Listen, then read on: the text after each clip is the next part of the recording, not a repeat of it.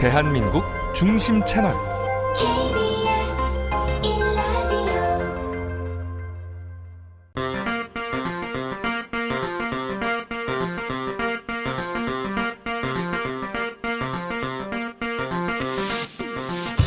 주진우 라이브 스페셜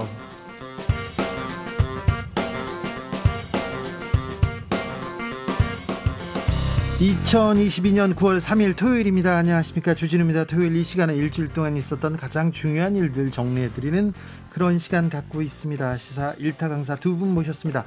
양지열, 박지훈 변호사, 어서 오세요. 네, 안녕하세요. 지금 이 방송 영상으로 만나보실 수 있습니다. 네, 그렇습니다. 지금 바로 유튜브에서 주진우 라이브 검색하시면 영상으로도 만나보실 수 있습니다. 선물도 준비해놓고 있습니다. 추석이 한 주 앞으로 다가왔습니다. 이번 추석 때 만나고 싶은데 못 보는 분들, 또 그분들한테 전하고 싶은 말 보내주시기 바랍니다. 피자 세트 쿠폰도 드리고 추석 특집 주진우 라이브 스페셜에서 소개해드리겠습니다. 카카오톡 플러스 친구에서 주진우 라이브 검색하시고 친구 추가한 다음에 메시지를 보내주시면 됩니다. 선물도 드리고요. 네, 피자도 막 드리고요. 그리고 이금희 선생님하고 이 문제에 대해서 저희가 깊이 고민해보는 시간 갖도록 하겠습니다. 주진우 라이브 스페셜 본격적으로 시작해 봅니다. 국민의힘은 여전히 그렇습니다. 새 비대위로 꾸리기로 했는데 이준석 전 대표 가처분 신청 또 냈습니다. 국민의힘은 어디로 가고 있는지 중진 조경태 의원과 이야기 나눠봤습니다. 어떤 문제가 지금 가장 큽니까? 국민들이 이해하고 있지 못한 문제가. 어쨌든 그 당이 비상사항이라고 이렇게 규정하게 된 것은 권성동 원내대표와 대통령과의 그 문자 공개지 않습니까? 예. 그러면은 거기는 이준석 대표는 빠져 있거든요. 네. 그러면 왜 이준석 대표가 징계를 받아야 되죠? 그렇네요. 네. 그래서 저는 이게 한편의 코미디를 보는, 요즘 제가 코미디 빅리그라는 프로를 즐겨보는데 네. 그 프로보다 더 코미디 같은 상황이 지금 우리 정치권에, 그것도 집권 여당에서 벌어지고 있다는 게 저는 참 답답합니다. 권성동 원내대표가 물러나면 이준석 전 대표도 그 수위를 낮출 수밖에 없다. 그러면서 해결될 것이다.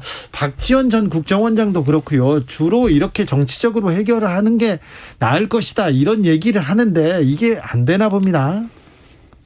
저는 지금 우리 당이 110분 이상이 계시는데 그중에서도 합리적인 주장을 하신 분들이 계시거든요. 많은 분들이 이런 주장을 하죠. 네네. 그분들의 목소리를 좀 들어주면은 상당히 좀 해결할 수 있는 부분이 많이 있을 텐데. 지금 권성동 원내대표 그리고 윤핵관이란 분들 그리고 윤석열 대통령도 같은 뜻인지는 모르겠지만 그분들은 일단 다시 비대위로 가야 된다. 어쨌든. 네. 그렇게 생각하는 겁니까? 그 비대위에 꿀을 발라놨는지 왜 그 비대위를 좋아하는지 모르겠어요. 그러게요. 비상 상황이 아니라면 오히려 당에서 더 좋아해야 되는 거 아닙니까?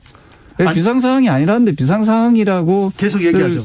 주구장창입니까? 네. 그 주장하는지 비상 상황이 그리 좋은지 모르겠어요. 사실은 정당의 입장에서는 비상 상황으로 되는 것은 별로 안 좋거든요. 그렇죠. 빨리 비대위 꼬리를 떼어야죠. 그래서 이렇게 억지로 비상 상태를 만드는 것은 결국은 한 젊은 정치인을 내쫓기 위한 아주 어찌 보면은 좀 비겁한 술수가 아니겠느냐 이런 생각을 하게 되었습니다. 네. 국민과 당원을 졸로 보는 것처럼 하고 있다 이렇게 비판하셨어요. 그 정치계의 젠틀맨 조경태 의원이 이 정도 얘기할 정도면 좀 지도부에 화가 나셨네요. 왜냐하면 우리 국민들의 어떤 정치적 수준이 가까운 다르거든요. 그 정보가 다 오픈돼 있어 가지고 네. 어쩌면은 국민들의 정치적 수준이 일반 국회의원보다도 정치인보다도 더 높을 수도 있거든요. 뭐 상황 판단하죠. 이해하고요. 네, 그래서 이런 부분에 대해서 우리 국민의 힘이 조금 더 말로만 국민을 위한다라고 하지 말고 정말 그 국민들의 엄중함을 좀 잘 새겼으면 좋겠습니다. 자, 권성동 원내대표 일단 버틴다. 그리고 장제원 의원 일단 존중한다. 그리고 김기현 의원도 비슷한 얘기를 했어요. 그 윤핵관 주변에서 이렇게 얘기를 하는데 권성동 원내대표가 지금 끝까지 버티는 진짜 이유는 뭐라고 보십니까? 저도 그분한테 좀 묻고 싶어요. 왜 버티는지. 본인은 추석 전에 전후로 해서 거취를 결정하겠다는데 네. 그러면 불과 한 일주일 정도밖에 안 남잖아요. 예. 일주일 후에 사퇴하나 지금 사퇴하나 그 크게 달라지는 게 있습니까? 근데 왜 일주일 있어야 된다고 얘기해요? 본인이 어찌 보면 비상대책위원장도 선임하고 비상대책위원들을 이렇게 라인업을 하겠다는 그런 의도인지. 네. 근데 말입니다. 아까 말씀드렸던 대로 원인 제공자가 비상대책위원장을 선임한다는, 지명한다는 것은 저는 상식적으로 납득이 안 가거든요. 아, 네. 네, 그래서 그 원내대표, 권성동 원내대표는 빨리 물러나고 네. 새 지도부가 이 사태를 수습해야 된다고 보는 거죠. 권성동 원내대표나 또 당 내에서는 이런 생각합니다. 사태를 수습하고 물러나는 것이 맞지. 그냥 지금 나가면 책임 회피다 이렇게 얘기하는데. 어떻게 사고 친 사람 보고 네가 사고 쳤으니까 수습하라고 할 수 있습니까? 그거는 객관적으로 그렇게 사고를 바라다보고 또 수습할 수 있는 능력이 저는 없다고 보거든요.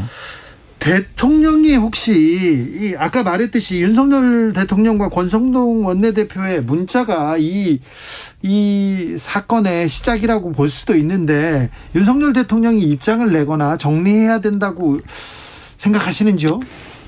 저는 뭐 지금 정부도 그렇고 그 앞에 정부도 그렇고 대통령들이 보면은 국민들께 어떤 행위에 대해서 잘못에 대해서 사과하는 걸 되게 두려워하거나 또 인색해 하더라고요.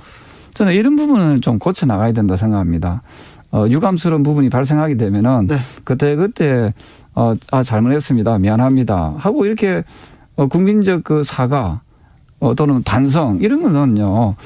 비단 윤석열 정부뿐만 아니라 향후의 정부, 만약에 민주정부라면은 국민과의 그런 것이 바로 진정한 저는 소통이라 생각을 하거든요. 네. 그래서 이런 부분에 대해서도 뭐 이걸 가지고 너무 인색하게 하실 네. 필요는 없다 이런 생각을 합니다. 대통령이 이 전국 불안에 대해서 얘기를 할 필요가 있다 보시는군요. 근데 언제까지 국민의힘 이 정부 여당인데 정치력 부재 상황에 언제까지 있을 겁니까? 어떻게 해결은 해야 될 거 아닙니까? 그래서 제가 해법을 제시했던 것이 조경태 의원이 보는 해법은 뭡니까? 해법을 제시했던 것이 새로운 원내대표를 뽑아서 네. 그 원내대표가 그 이준석 대표의 문제도 좀 풀어나가고 네. 지금 어려운 이 난국을 수습하는 그런 정통성을 저는 부여받아서 해야 된다고 생각합니다. 네. 그런데 지금 권성동 원내대표께서 지금 비대위를 구성하고 당내를 수습한다 하면은 국민들이 오히려 비웃게 되지요.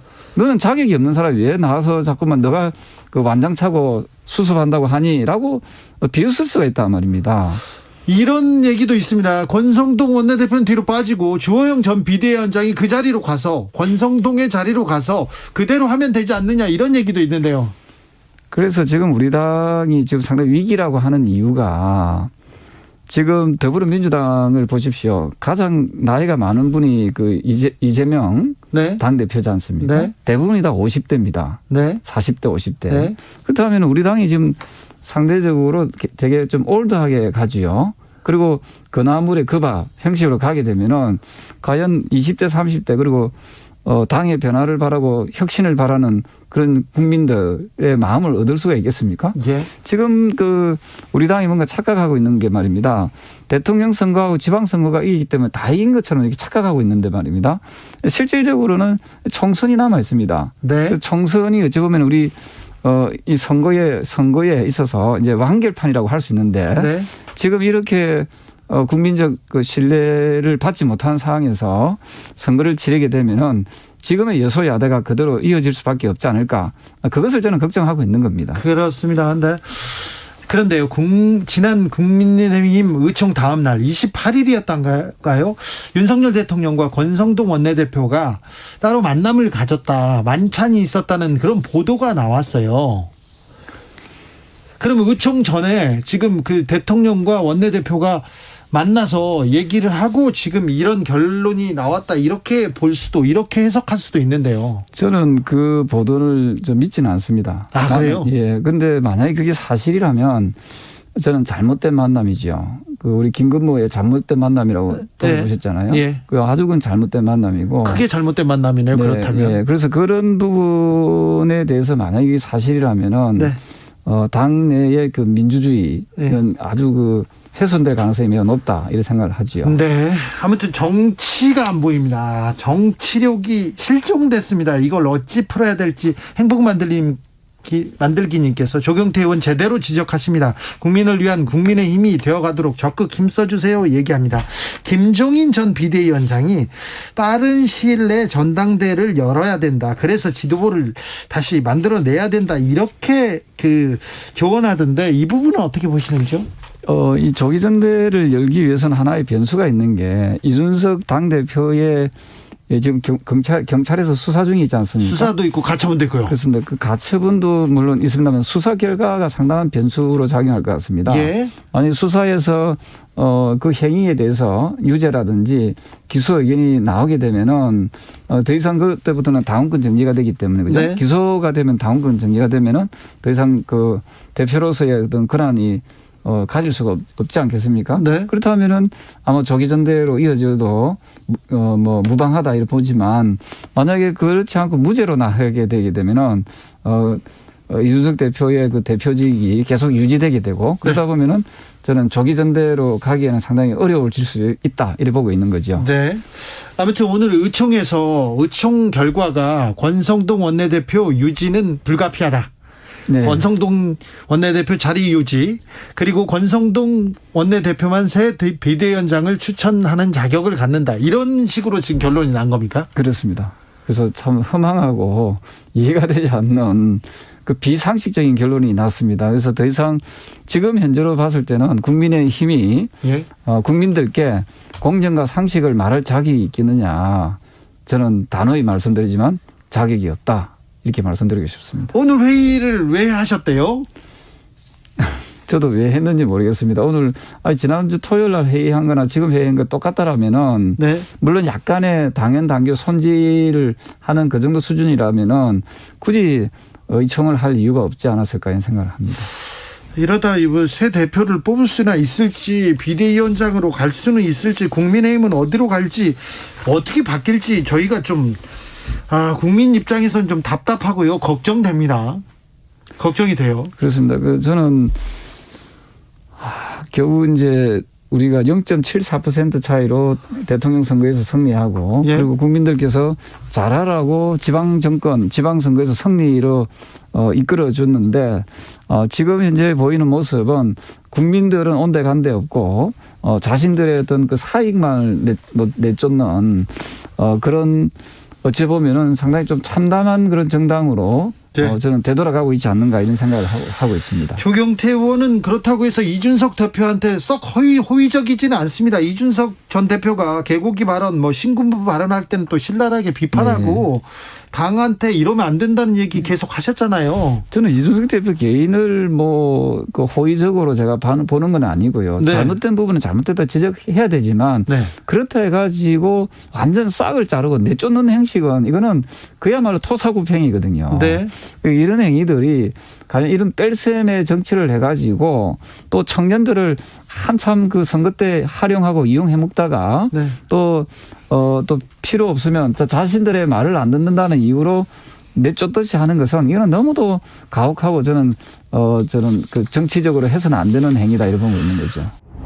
조경태 의원 매우 답답해하는데 어찌 할 줄을 모른다고 합니다. 지금 국민의힘 어디로 가는지 국민의힘 의원들도 잘 모르더라고요. 사실 아주 어색한 부분이 있습니다. 네. 이 초선이나 재선은 약간은 이른바 네. 친윤이나 그 비대위 쪽으로 생각하는 것 같고요. 힘을 실어주자. 예, 중진은 3선 이상은 좀 아닌 것 같은데 일반적으로 제가 다른 정치인들한테 물어보니까 또 박지원 전 비서실장도 그 얘기를 하더라고요. 좀 독특하다 이 구조가. 원래 같으면 중진들이 그렇게 하고 초선 재선들이 안 그러는데 이 분위기가 좀 이상한데 결국은 공천까지 미래를 좀 생각하고 있는 거 아니냐. 그래서 중진이 좀 밀려나는 모양새다. 어떤 정당이라도 중진이 이거 선수가 높은 게 모든 걸 잘하는 건 아니지만 선수대로 중진들이 좀 끌어가면 조선 재선들이 따라오고 이게 맞는데 좀 반대의 상황이다라고 하면서 다들 좀 놀라는 것 같습니다. 그 반대 상황이 왜 벌어졌을까요? 이게 초선 재선 그룹에서 봤었을 때는 결국에는 힘의 논리에 영향을 받은 게 아닌가 싶어요. 네. 어느 쪽의 눈치를 보고 어느 쪽의 손을 같이 들어줘야 누가 공천권, 누가 그렇죠. 힘을 갖느냐. 예, 그렇죠. 초기에 이제 비대위까지 이게 무산이 되는 비대위원장에 대해서 직무대행 정지가 나오면서 중진 의원들을 중심으로 해서는 조금 다른 목소리들이 나왔었습니다. 조경태 네. 의원도 그렇고 뭐 윤상현 의원이라든가 이렇게 당 내에서 뭐 하태경 의원도 그랬고요. 그동안에 좀 목소리를 죽였던 윤핵관으로 분류되지 않았던 분들 그런 분들이 야, 이거 당 좀 제대로 추스려 보자라는 쪽으로 목소리가 나왔었는데 지난 주말이었죠 벌써. 지난 주말 일이니까 벌써 일주일이 다 돼가지만 의총을 통해서 다시 윤심이 작용을 해버린 거예요. 새 비대위. 네, 새 비대위 쪽으로 가버린 겁니다. 그러면 여기서는 적어도 이제 법적인 면으로 저도 뭐 변호사다 보니까 법적인 면으로 따져봤을 때는 새 비대위가 가능성이 좀 낮아 보이고 저렇게 가면 안 될 것 같다는 생각을 하는데. 아니 한번 가처분 이렇게 네. 기각됐잖아요. 그러니까 이제 중진들은 이런 상황까지 끌고 온 책임, 이런 상황을 이끌어온 책임을 물어서 권성동 원내대표라든가 아니면 윤핵관들의 책임을 물어서 다른 목소리를 딱 내기 시작했는데 다시 윤심이 또 덮은 거예요. 그렇죠. 그럼 초대선들 입장에서는 여기는 아무래도 윤심 쪽이 낫겠다라는 생각을 하는 거죠. 그러니까 지금 당이 좀 이상한 모양새가 된 거예요. 하는 거면 그래도 다행인데 혹시나 뭐 지금 일각에서는 대통령 전화 같은 게 온 거 아니냐 뭐 이런 얘기까지 있는 상황이거든요. 자발적으로 눈치 본 게 아니라 아예 뭐 그럴 가능성이 있다면 그거는 좀 심각하다고 봐야 되거든요. 당에 뭐 내분이나 그리고 지금 가처분이나 결정들이 걸려 있어요. 가처분 결정이 또다시 국민의힘한테 불리하게 나면 그거 사실 감당하기 어렵게 되는 거거든요. 거기에다가 이준석 전 대표 멈출 생각이 전혀 없습니다. 세 번째 가처분 또 넣었죠. 네. 전국이 여는 것도 하지 말아달라고 였는데 뭐 이거를 받아들일지 안 받을지 그건 알 수 없지만 최소한 지금 14일 날 신문해야 되는 새 비대위 출범하고 또 그리고 조영 비대위원장의 이의 신청은 한 재판부에서 같이 합니다. 네. 지난 그 남부지법 재판부거든요. 네. 저는 특별한 사정이 없나 같은 결과가 난다고 아니 봅니다. 같은 판사가 한 번 결정 내렸는데 그 앞에 결정을 뒤집기는 특별한 쉽지 사정 않죠. 변경이 만약 있었다면 가능하죠. 근데 특별한 사정 변경 없이 했다 그러면 판결을 결정을 뒤집기는 저는 쉽지 않다고 저는 개인적으로 보거든요. 아니 그러니까 같은 판사가 특별한 사정도 없이 결정을 뒤집을 가능성도 그다지 높아 보이지 않은데도 불구하고 이렇게 꾸려나가니까 그러니까요. 어떤 생각이 드냐면 야 이거 뭐 힘으로 밀어붙이는 건가라는 생각이 드는 네. 거예요. 그러니까 정치도 실종됐고 사법도 실종돼 버리는 그런 상황을 자꾸 국민의힘 쪽에서 만들어내는 것처럼 보이거든요. 그런데 조금 들어가 봅시다. 대통령실에서는 지금 윤핵관이 꽂아놓은 그 많은 사람들을 지금 솎아내고 있다. 이런 뉴스가 나오고 있는데 요건 어떻게 해석해야 됩니까? 자, 보도가 좀 됐습니다. 지금 이른바 윤핵관 측에 있는 그 보좌관이나 지금 비서실 네. 행정실 갔던 행정관들. 관들이 그 사람들이 그 자료나 이런 것들을 의원실 단톡방에 지금 공유한다. 예. 이런 보도가 났습니다. 대통령 말을 안 듣고 의원 말을 듣는. 듣는데 심각한 일이죠. 사실 이게 뭐 맞다면 이제 심각한 일인데 그거 관련해서 대통령실에서 감찰을 시작한다고 하는데 결국은 대통령실의 구성 요소를 좀 보면요. 가장 뭐 많은 요소가 그래도 정치인들 여의도에서 온 사람들 그렇죠. 있을 거고요. 네. 지금 말했던 검찰 출신들이 있을 거고 네. 뭐 김건희 여사 관련된 분들도 있을 거고 여러 분들이 있는데 그중에 여의도 관련 분들은 대부분 윤핵관 측 사람들이 많이 알려져 있습니다. 예. 그 사람들이 이번에 지금 배제되는 모양새입니다. 예. 그래서 막 감찰 결과 한 80여 명이 좀 나와야 되는 상황이라 하는데 80명이나요. 그렇게 지금 감찰을 받고 있다고 하거든요. 네. 혹시나 정말 여의도 사람들, 그러니까 윤핵관 사람들이 다 나오게 된다면 대통령실에도 이제 조직 개편 그런 모습, 권력 재개편 모습이 좀 되지 그렇게요. 않을까 생각이 듭니다. 아니, 지금 이 상황을 이렇게까지 된 지금 저 이준석 대표에 대한 상황과 연결을 시켜보면 그러니까요. 그거 다 읽어주세요. 되게 황당해지는 거거든요. 예. 무슨 얘기냐면 이준석 대표도 내부 총질이라는 데서 짐작할 수 있듯이 미움을 받은 거죠. 네. 미움을 받아서 이게 뭐 이렇게 좀 이 사태를 일으키는 그런 계기가 되는데 결국 윤핵관이라고 분류됐던 사람들 중에서도 그런 식으로 찍힌 사람들이 만약에 생긴 거라면 그래서 이런 식으로 마침 또 대통령실에 대한 인적쇄신 요구도 있었잖아요. 예. 근데 그 김에 이렇게 쓱 쓸어내는 게 된다라고 한다면 예. 그러면 이제 모르겠어요. 저는 다른 것보다도 주변에 여의도 정치권과의 타협을 이루고 풀어나갈 수 있는 사람도 안 남게 되는 거고 그리고 마음에 안 드는 사람들은 다 다 쓸어나게 나가는 되는 상황이 거고. 될 수도 있죠. 권력이란 무엇인가? 이 어떻게 이 권력자는 이 상황을 어떻게 헤쳐나갈 더 거죠? 답답한 건 이게 정권 뭐 중후반기나 말기라면 말기는 이런 일 많아요. 이런 일이 많죠. 그런데 말기는 있어요. 그때는 그럴 수 있죠. 떨어져 나가기 위해서라도 네, 있어요. 서로 나가야 근데 되니까. 지금은 초반기이기 때문에 무슨 일이 생길 거 같냐면 그래도 떨어져 나간다기보다는 어떻게든 가까이 가려는 쪽, 그러니까 더 밀접하게 붙으려는 쪽이 더 많아질 수밖에 없거든요. 그렇죠. 그러면 진짜 어찌 보면 외골수로 갈 수가 있는 거예요. 이 대통령실의 판단이라든가 움직임이 주변 말이 아예 들을 수 있는 구조가 안 돼 버리는 거거든요. 그렇죠. 자칫 잘못하면 그게 저는 좀 복잡해서. 앞으로 저는 이게 제 개인적 생각이긴 한데 만약에 그 많은 사람들이 여의도로 돌아간다고 가정해 봅시다. 입을 다 열 것 같아요. 제 생각에는. 그게 가장 무서운 거예요. 허허. 아니 자기가 그게 내처짐을 당했는데 아, 그렇게- 조용히 살겠습니까? 아이고, 한둘이도 아니고요. 이준석 전 대표 보세요. 그분들 다 여의도로 돌아갈 사람들이거든요. 네. 그렇다면 그게 지금 글쎄요. 오히려 붙잡아 두는 게 맞는데 나가서 한 명씩 자기 목소리를 낸다 그러면 지금 전국 상황보다 더 혼란한 상황도 발생할 수 있다. 이 생각이 좀 듭니다. 국민의힘은 지금 윤핵관 대 이준석계 이렇게 좀 갈등하는 형상입니다. 그런데 대통령실은 또 윤핵관 네? 대 또 검찰. 검핵관 네. 아니면 아니면 김건희 여사? 그러게요. 그런 모양새입니다. 이 권력 구조 개편은 진짜 힘의 이동이라고 볼 수 있거든요. 누가 주도권을 지느냐에 따라서 이 향후 국정이 어디로 흘러갈지. 근데 박준 변호사 얘기대로라면 네. 그 단순하게 이준석 대표의 한 내부 총질 정도의 사안이 아니라 무슨 내전 막 이렇게 돼버리는 거 아니에요? 사실 근데 그럴 가능성도 서로 막 있다고 치고받고 하면서 사실 청와대 대통령실에서 나오는 문건 하나가 말 하나가 엄청난 파장을 그러니까요. 가질 수 있거든요. 내부에서 나오는 진짜 이건 내부 폭탄이거든요. 이 부분 어떻게 처리할지 좀 지켜봐야 되겠습니다. 아무튼 국민의힘에는 지금 국민도 없고요. 민생도 없습니다. 경제도 없는데 왜 이렇게 혼란 속에서 빠져서 나오려고 하지 않는지 참 국민들은 애가 탄다. 이런 얘기 계속 들려주고 계십니다. 자, 민주당으로 가보겠습니다. 민주당은 이재명 대표가 취임했습니다. 취임하자마자 칼을 빼든 곳이 있습니다. 검찰입니다. 이재명 대표에게 출석 통보했어요. 정청래 민주당 최고위원과 정치권 상황 짚어봤습니다.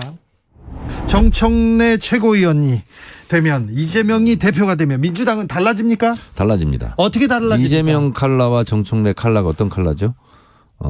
관행적이거나 관습적이거나 또 정치권의 기득권적인 이런 관습 이런 거하고는 관계가 없지 않습니까? 그래서 일종의 파격 이런 것이 계속되지 않을까. 네. 파격과 파란. 네. 네. 정통 그리고 저희는 짜여진- 구태 정치를 거부합니다. 네, 알겠습니다. 과거와의 작별. 네.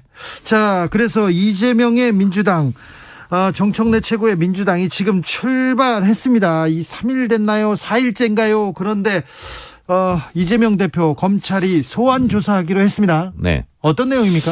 이거는 소가 웃을 일이다. 그리고 황소도 암소도 다 웃을 일이다. 왜냐하면 주의 주장을 허위사실 유포로 처벌하겠다는 거거든요. 검찰이 문제가 있으니까 법에 위반되는 사안이 있었으니까 부르는 거 아닙니까? 자, 이겁니다. 작년 경기도 국감 때 발언을 문제 삼은 거예요. 국감 때였어요? 네, 국감장에서 전국의 텔레비전 생중계되는 데에서 네.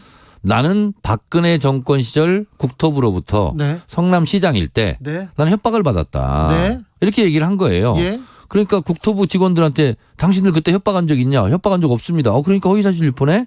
없다고 그러지. 그럼 공무원들이 우리가 협박했어요. 당연하죠. 그렇게 그래서 제가 이제 경찰 조서 내용은 제가 다 봤습니다. 다 보셨어요? 네, 다 봤습니다. 그 내용입니까 지금? 네, 그 내용입니다, 지금. 그리고 당시 이 국토부와 성남시의 이제 일종의 갈등. 네. 성남시는 그 땅에다가 백현동 땅에다가 기업을 유치해서 네. 성남시 재원을 마련하겠다 이런 게였고 또 박근혜 정부의 국토부에서는 거기다가 주상복합 아파트 지어야 되는 거 아니냐. 네. 그러니까 성남시에서 거부를 하고 있었어요. 네. 그러니까 국토부에서는 계속 이제 뭐 요청이 있었겠죠. 그런데 그걸 가지고 이제 뭐 직무유기다 아니다 뭐 이런 논쟁까지 있었나 봐요. 예. 그래서 그걸 기자가 취재를 했다는 겁니다. 네. 그런 사실이 있다. 그래서 그걸 경찰에 확인을 해준 거예요. 진술서를 해준 거예요. 예. 그걸 제가 최고위원회에서 얘기를 한 거죠. 그러니까 결국은 예를 들면 가해자와 피해자가 있다고 칩시다. 네. 가해자가 뭐라고 얘기를 했어요. 예. 그거를 압박이라고 할 수도 있고 협박이라고 할 수도 있고 강요라고 할 수도 있고 네. 그런 느끼는 사람의 주관적인 감정이지 않습니까? 네. 생각이고. 예. 그래서 이재명 대표는 그 당시 성남시장일 때 나는 협박을 받았다고 느꼈다. 네. 그래서 협박받았다고 하게 된 거예요. 예. 근데 국토부 직원들은 당연히 협박 안 했다고 하겠죠. 그래서 이런 주의 주장을 처벌할 수 있습니까? 없습니다. 지금 주의 주장만으로 지금 검찰이 소환 통보한 겁니까? 그렇습니다. 뭐 공문에서 확인됐다, 누구를 아는데 모른다고 했다 이런 내용도 그러니까 그 나오는데. 내용을 포함해서 예. 성남시장으로부터는 거대한 중앙정부 국토부로부터 협박을 받았다고 느낀 거예요. 그 얘기한 거예요. 자, 그리고 근데 똑같은 사례가 있습니다. 예를 들면 윤석열 대통령이 그 대선 때 네. 대장동의 몸통은 이재명이다. 네. 그럼 그것도 지금 밝혀진 게 없잖아요. 그럼 허위사실로 처벌해야 되는 거 아닙니까? 근데 그거는 주의 주장이기 때문에 처벌할 수 없다. 그래서 무혐의 처벌한 거거든요. 무혐의 처벌했습니다. 네. 근데 윤석열은 무혐의고 그러면 이재명은 또 유죄입니까? 이재명 이거는요. 네. 윤석열 대통령이 대통령 처음 해봐서 잘 모른다고 하는 것처럼 얘기했지 않습니까? 예. 근데 검찰도 하려면 뭔가 그럴듯하게 소환하고 뭐 그럴듯한 내용을 가지고 기소를 하고 조사를 해야 되는데 그냥 나의 생각을 주장을 얘기한 거예요. 그거를 허위사실 유포라고 얘기하는 것 자체가 이제 검찰도 아마추어화가 되지 않았나 그런 생각이 듭니다. 이재명 후보는 다른 법적 리스크도 많다. 사법 리스크 계속 얘기가 나왔었는데요. 네. 다른 부분은 어떻습니까? 다른 부분은 예를 들면 이런 겁니다. 김모 씨, 네. 예, 뭐그 극단적인 선택을 한 분이래요. 네. 그분을 알았냐? 몰랐다. 네. 근데 성남시 무슨 외곽이 어디 직원이었다는 거예요. 네. 성남시장이 다 알 수 없는 거 아닙니까? 그래서 난 몰랐다. 그 부분도 알지 않았냐? 근데 알아놓고 왜 몰랐다고 말했냐? 이거 가지고도 같이 조사를 한다는 거 아닙니까? 지금. 아, 그 부분 가지고 지금 소환했습니까? 이게 두 가지 부분 같습니다. 네. 알겠습니다. 네. 그러니까 주진우 기자가 네. 예를 들어 기사를 쓸 때도 자기 의견 주장을 쓸 수 있지 않습니까? 그럴 수도 있죠. 그렇죠. 의견과 주장 이거는 처벌할 수 없는 거예요. 아, 네. 법카 유용 사건으로 김혜경 씨 그리고 배모 씨 이렇게 검찰에 송치됐습니다. 이 문제는 어떻게 보고 계십니까? 그 부분은 제가 전문가가 아닙니다. 전문가 아닙니까? 예, 요 지금 이재명 당대표 요 부분은 제가 전문가입니다. 그래요? 왜? 경찰 조서를 다 읽어봤기 때문에. 알겠어요. 이거 분리해서 모른다고 그리고 하는 거 아닙니까? 김혜경 법카 같은 경우도 네. 이것도 제가 봤을 때는 네. 좀 이건 말이 안 되는 거라고 생각하고요. 저는 조금 양심이 있다면 아니 김건희 여사 도이치모터스 주가 조작 의혹 그 네. 사건 그거 왜 조사를 안 하죠? 알겠습니다. 그 얘기도 계속 나오는데 아니 주진우 기자 다 파세요. 다 왜 파라고요? 그건 왜 안 합니까? 아니 그러니까 공정이라면서요. 왜 저한테 그러세요? 근데 왜 김건희 여사는 조사 안 합니까? 아, 네, 알겠습니다. 그래서 민주당에서 김건희 특검하자 특검법을 들고 나왔습니다. 네, 최고위원 저도 서명했습니다. 그랬습니까? 자, 근데 지금 협치하자면서 같이 통합하자면서 자, 김건희 여사 특별법 이거 민주당 당론으로 추진합니까? 시기와 이걸 적절히 지금 보고 있습니다. 네. 왜 해야 됩니까? 수사 안 하니까요. 수사를 안 해서. 네. 그리고 예. 그 청와대 절대 들어가지 않겠다 하면서 용산에 가고 나서 네. 여러 가지 강급 공사에 대한 네. 사익 편취 의혹 이런 게 있지 않습니까? 예. 뭐 자기 아는데 뭐 업체 뭐 하고 논란이 계속되고 있죠. 네, 논란 계속되고 있지 않습니까? 그래서 그런 부분도 윤석열 검찰이 수사할 리가 없지 않겠느냐. 네. 그런데 이건 특검으로 하자. 독립적인 이런 겁니다. 정치적 카드인가요? 아니면 특검을 통해서 진실을 밝히겠다는 저희는 의지인가요? 뭐 정치적인 의미보다는 수사를 안 하니까 네.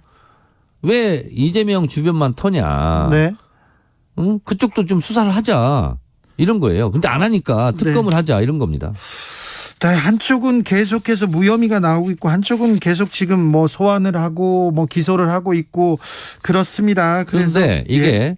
이재명 당대표가 대중적으로 확 살아나면서 지지율이 높아진 게 경기도지사 시절 TV 토론 할 때 그것도 허위사실 유포로 고발당하고 검찰 조사받고 재판받지 않았습니까? 예. 그게 무죄 나왔어요. 거의 그거랑 유사한 사건으로 좀 되지 않을까 생각합니다. 아, 그렇습니까? 그래서 오히려 네. 이재명 당대표는 이런 위기, 정치 탄압, 정치 보복 이걸 극복하면서 천하무적 대선 후보가 더 될 것 같습니다. 만약에 이렇게 완벽한 이건 정치 탄압, 정치 보복이죠. 정권에서 검찰이나 뭐 다른 걸 통해서 탄압한다 이게 밝혀질 경우는 또 정치적으로는 오히려 도움이 될 것이다. 그렇습니다. 네. 예. 걱정하지 그 정치인은 네. 고난 속에서 피는 연꽃처럼 네. 이런 과정을 다 겪으면서 네. 국민들에게 리더십이 더 확보돼 가는 것 같아요. 그럼 검찰이 지금 정청래 의원도 막 조사해야 되겠는데요? 아니 저는 뭐 예를 들면 제가 주장한 거 지금 인터뷰하는 거 이런 거 가지고 좀 조사 안 합니까? 아 그렇습니까? 네. 네, 알겠습니다. 여당에서는 김건희 특검 이거 물타기다 이렇게 계속 얘기하는데 아니 저희는 물 탈 이유가 없어요. 별로 없습니까? 예. 자. 아니 지금 대선 때부터 본부장 리스크 이런 거 계속 나오지 않았습니까? 네. 본인 부인 장모. 네. 근데 뭐 장모 수사했던 뭐 또 경찰을 또 뭐 어디 초대했다는 얘기도 있고. 취임식에 초대했습니다. 취임식에 초대했다고 그러고. 네. 도대체 이게 완전 권력 사유화죠. 알겠습니다. 자, 과방위원장입니다. 네. 과방위원장 풀 네임을 아십니까? 아주 길어요. 네. 모르죠? 말씀해 보세요. 얘기해 보세요. 과학 뭐예요? 뭐가 들어가 있습니까? 과학, 기술, 정보, 방송통신위원회. 이거 네. 일반인 다 알기 어렵습니다. 과학기술정보방송통신위원회인데 네. 굉장히 중요하고 큰 많은 일을 합니다. 그런데 네. 최고위원은 이 상임위원장 하면 안 됩니까? 해도 됩니다. 해도 됩니까? 당원 당규 위반도 아니고요. 예. 법적인 위반도 아니고 예. 관례라는 건데 네. 관례도 없어요. 사실 최고위원 했던 사람이 상임위원장 뽑힌 적이 없어요 지금까지. 그래요? 근데 이제 사무총장이나 네. 정책의장은 임명직이잖아요. 네. 저는 최고위원은 선출직이잖아요. 예. 임명직과 선출직은 다른 거죠. 임명직은 네. 예를 들면 상임위원장 하고 있는데 네. 당신을 사무총장으로 임명하고 싶은데 이건 하나 그러면 내놔라. 상임위원장은 그럼 내려놔라. 예. 나 싫다. 그럼 상임위원장 하는 거고. 예. 알았다. 그럼 사무총장 나는 할게. 그러면 상임위원장 안 할게요. 네. 이렇게 되는 거예요. 예, 근데 예. 선출직은 그럴 성질이 아니지 않습니까? 네. 알겠습니다. 그럼 과방위원장 역할도 매우 막중합니다. 네, 그렇습니다. 그렇죠. 과방위원장으로서 어떤 부분 이렇게 중점적으로 이렇게 보고 계십니까? 이제 KBS에 지금 와서 인터뷰를 하고 있는데 네. KBS, MBC 등 공영방송 예. 이거는 정치권이 이래라 저래라 하고 휘둘리면 안 되잖아요. 네. 그리고 정치권으로부터 독립돼야 되지 않습니까? 네. 그래서 예를 들면 제가 과방위원장이라고 KBS 막 보도국장한테 전화 걸어서 네. 이건 보도해라. 이건 보도하지 마라. 그러면 안 되잖아요. 안 되죠. 방송법 위반입니다. 그건. 안 되죠.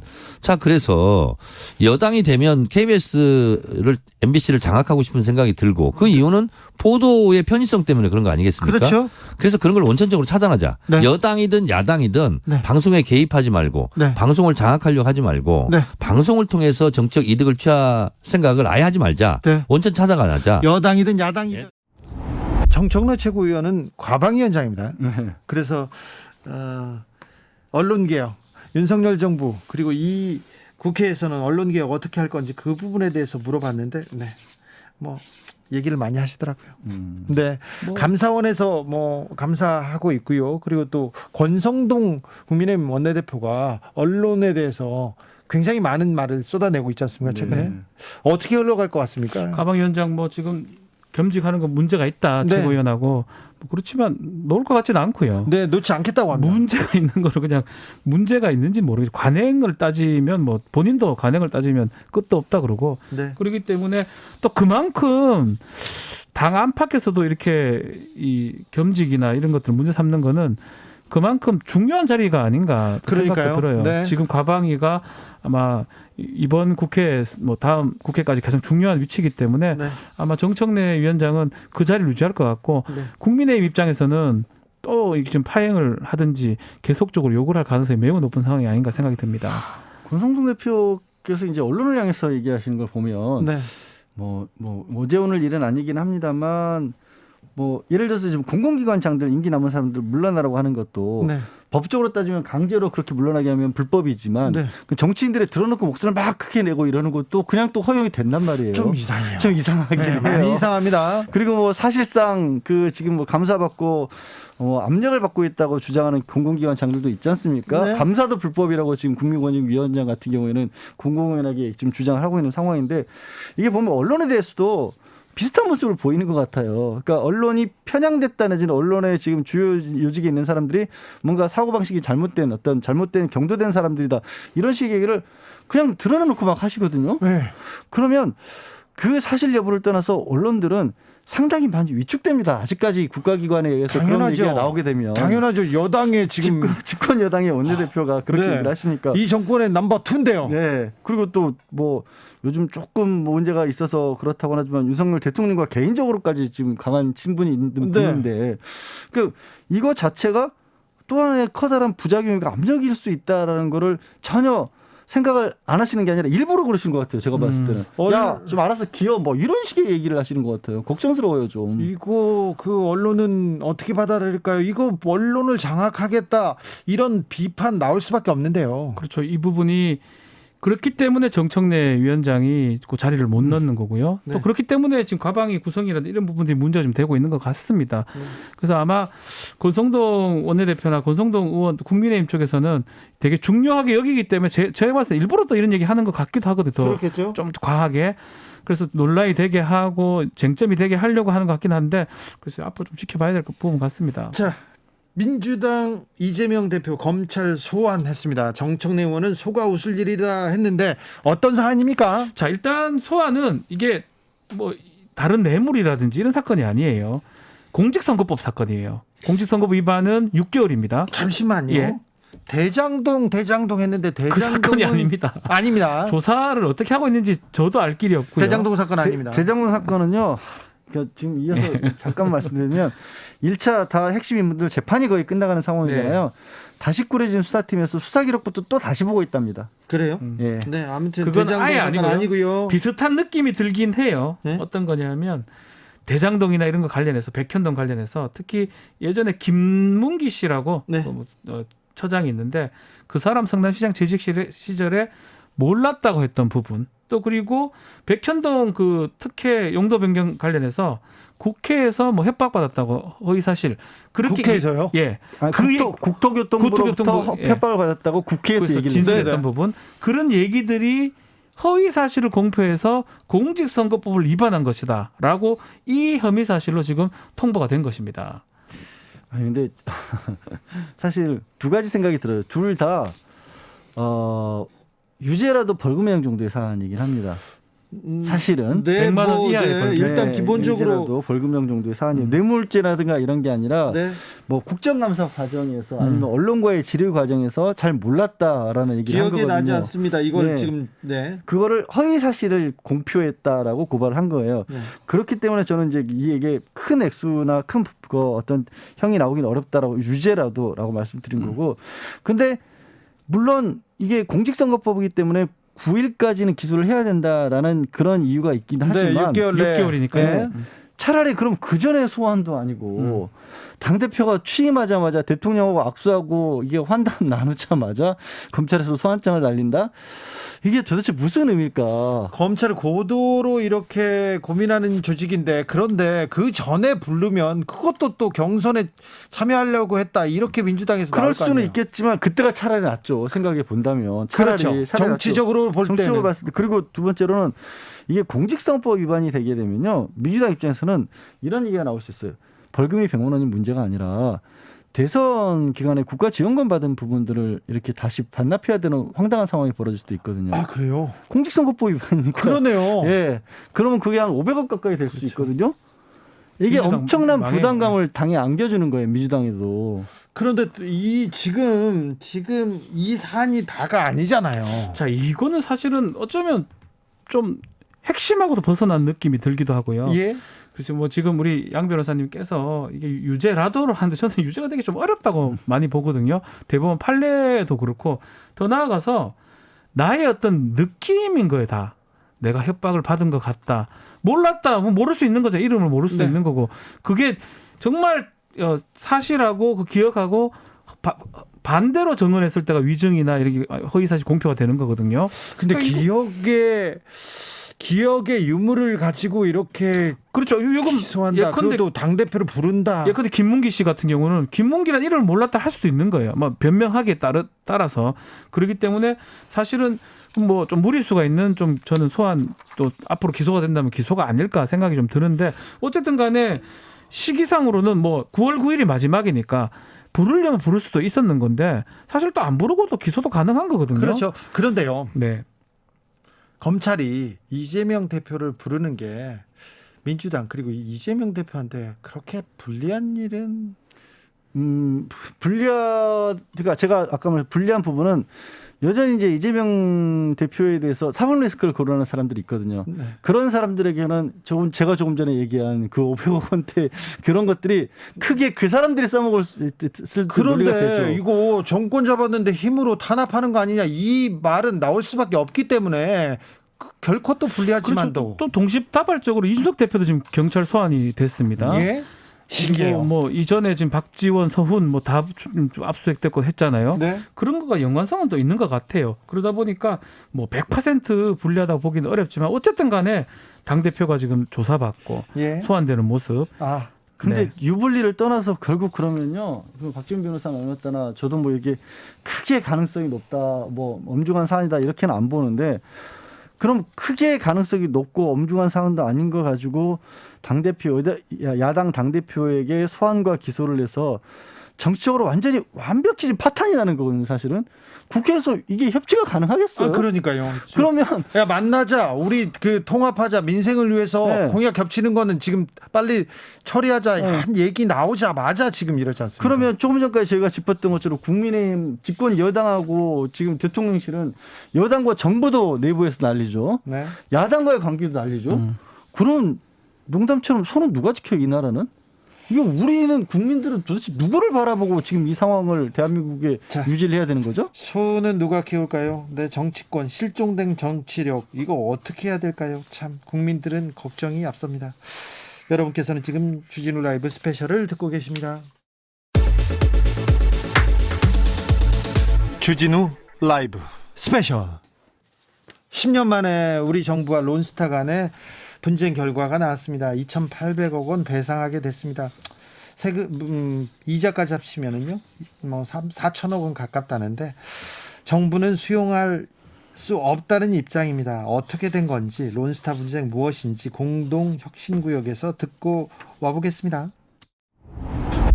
두 분은 또 이 전공 분야가 있으니까 이것도 물어보겠습니다. 대한민국 정부와 론스타와의 국제 분쟁. 분쟁 시작 10년 만에 한국 정부가 보상하라, 배상하라, 2,800억 원 배상하라, 이자까지 하면 거의 4천억 원에 육박하는데 이런 뉴스가 나왔습니다. 어떻게 보셨습니까? 최지은 전 월드뱅크. 네. 네, 사실은 이제 월드뱅크 안에 네. 그 세계은행 안에 이제 5개 정도의 조직이 있는데 저는 그 중에서 IBRD랑 아이다라고 개도국이나 가난한 나라의 차관을 빌려주는, 그러니까 제 상대는 이제 기재부였던 조직에 있었던 것이고, 네. 론스타를 심의했던 것은 국제 분쟁 기구라고 익시드라고 그 여러 나라, 우리 한국에 있는 재판소가 아니고 국가 간의 재판소, 투자 분쟁에 대한 재판소이기 때문에 네. 세계은행 안에 있지만 제가 이 업무를 담당한 것은 아니라는 알겠어요. 말씀을 드리고요. 네. 이번에 사실은 안타깝죠. 우리 국세가 나가는 거니까 네. 조금 더 그 과정에서 조금 더 우리가 잘 할 수 없었나 이런 생각이 들고 안타까운데, 지금 뭐 한동훈 법무부 장관이 말씀하시는 거 보니까 정부는 취소 신청할 거고 이의를 제기할 것이다, 이걸 추진한다고 하시니까 지금 이게 판명이 났지만은 어떻게 판명이 됐는지 그 문구라든지 이런 건 공개된 게 없잖아요. 그러니까 제가 왜 이렇게 뭐 무슨 근거로 이의 제기를 하시는지 모르겠지만 정부에서 저렇게 자신 있게 말씀을 하실 때는 그럴 만한 근거가 있을 것이고 이의 제기를 해서 이게 좀 취소가 되면 좋겠다는 바람은 가지고 있습니다.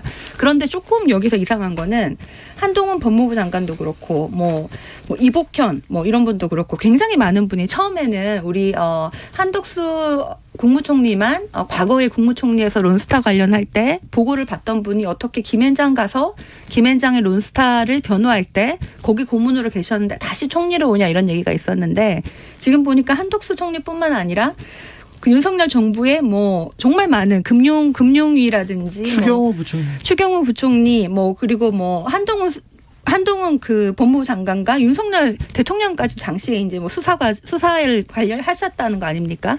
이렇게 많은 지금 현직에 계신 분들이 관련이 됐다는 거는 아마 그 당시에 같이 일을 하다가 우리가 참 일을 잘하는 사람들이라고 생각해서 지금까지 그 인연이 이어졌을 수도 있지만은 또 한편으로는 이거 좀 들여다봐야 되는 게 아니냐 이렇게 국민들이 생각하실 수 있을 것 같거든요. 그래서 뭐 이 상황을 이제 취소 이의 제기를 하는 것과 별도로 당시에 이 사람들이 어떤 역할을 했고 어떻게 하다 보니까 무엇이 잘못됐고 이런 걸 한 번 더 다시 뭐 론스타 특검 뭐 저는 심지어는 뭐 특검이 아니더라도 어느 정도 국회에서나 어느 곳에서 좀 제대로 들여볼 필요가 있다는 생각이 듭니다.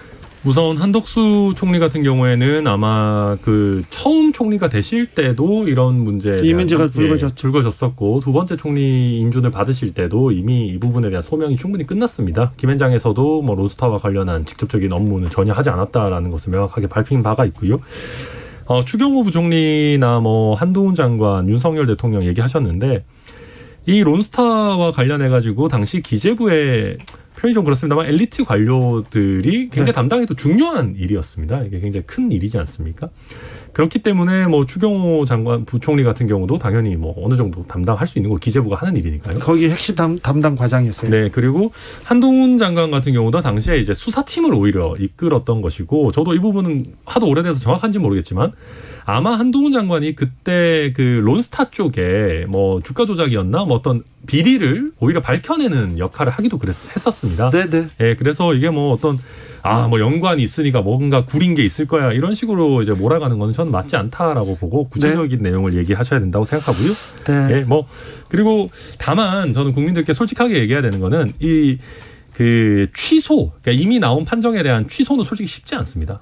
국제중재 판정 같은 경우는 원칙적으로 1심 판정이 거의 최종심과 같은 효력이 있고요. 절차를 명확하게 중대하게 위반한 경우가 아니면 이 신청은 잘 받아들여지지는 않습니다. 그래서 뭐 너무 큰 기대를 우리가 가질 필요는 없고 2천억대 물론 큰 돈입니다만은 6조를 청구한 거에 비해서는 어찌 보면 우리 정부가 뭐 과거 정부의 오랜 기간의 노력을 통해서 나름대로 선방한 거라고 볼 여지도 있습니다.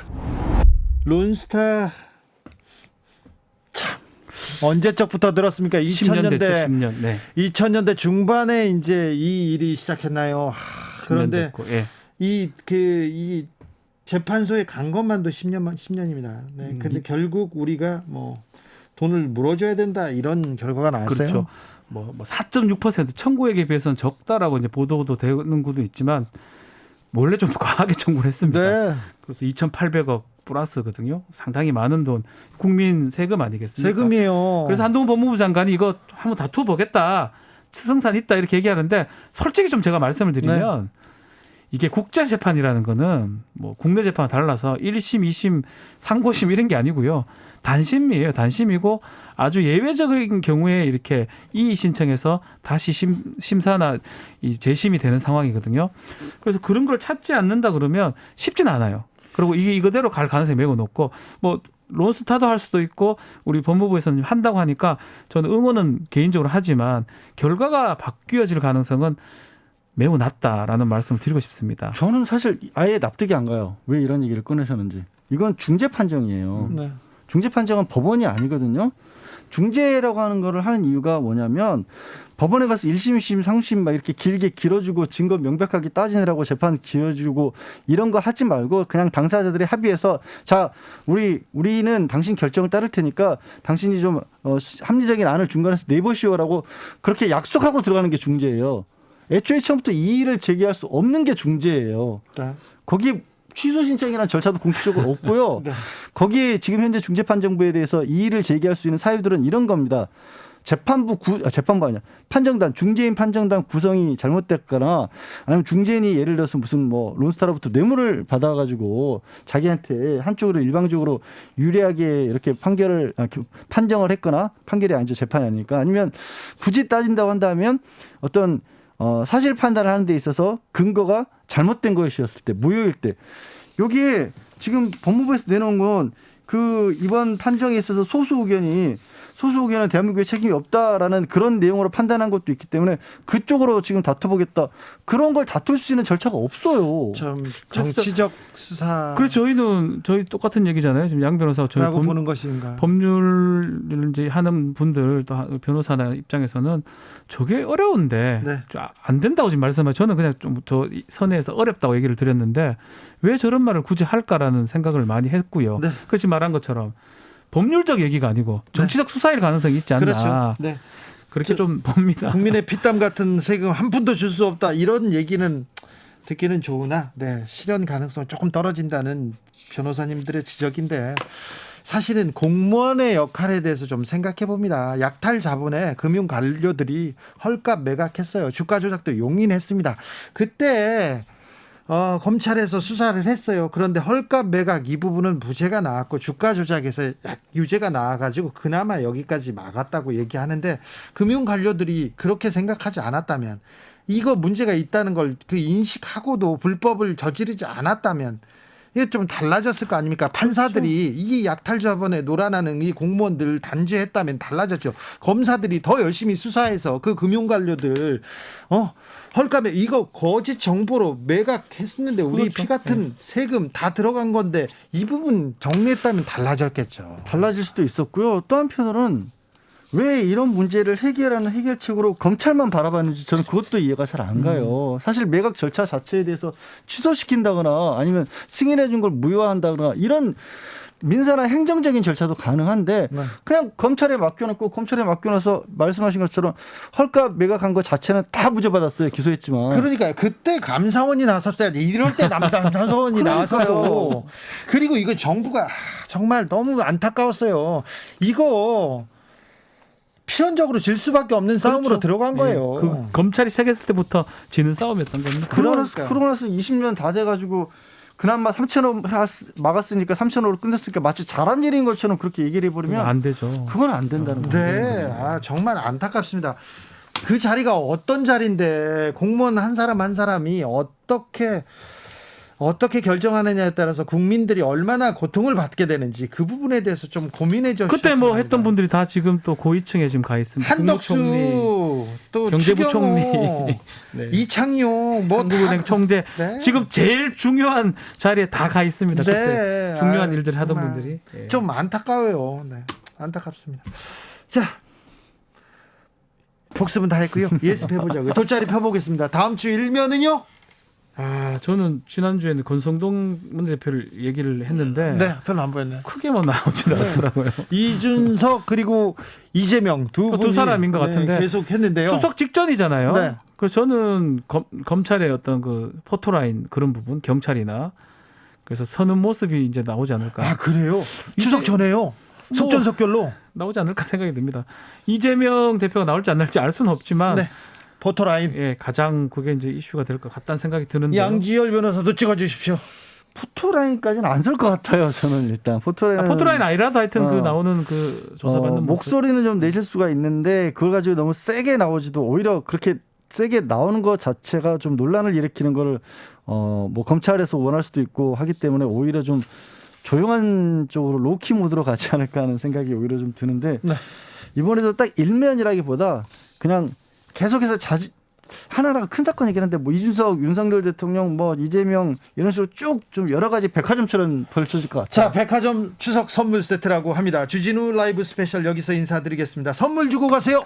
네, 자 이번 추석 때 만나고 싶은 분들, 못 보는 분들 또 그분들한테 전하고 싶은 말 보내주십시오. 네. 피자 세트 쿠폰도 드리고 추석 특집 주진우 라이브 스페셜에서 소개도 해드리겠습니다. 양지열 변호사, 박지훈 변호사 감사합니다. 네, 고맙습니다. 감사합니다. 주진우 라이브 스페셜 여기서 인사드립니다. 저는 다음 주 월요일 오후 5시 5분에 돌아오겠습니다. 지금까지 주진우였습니다.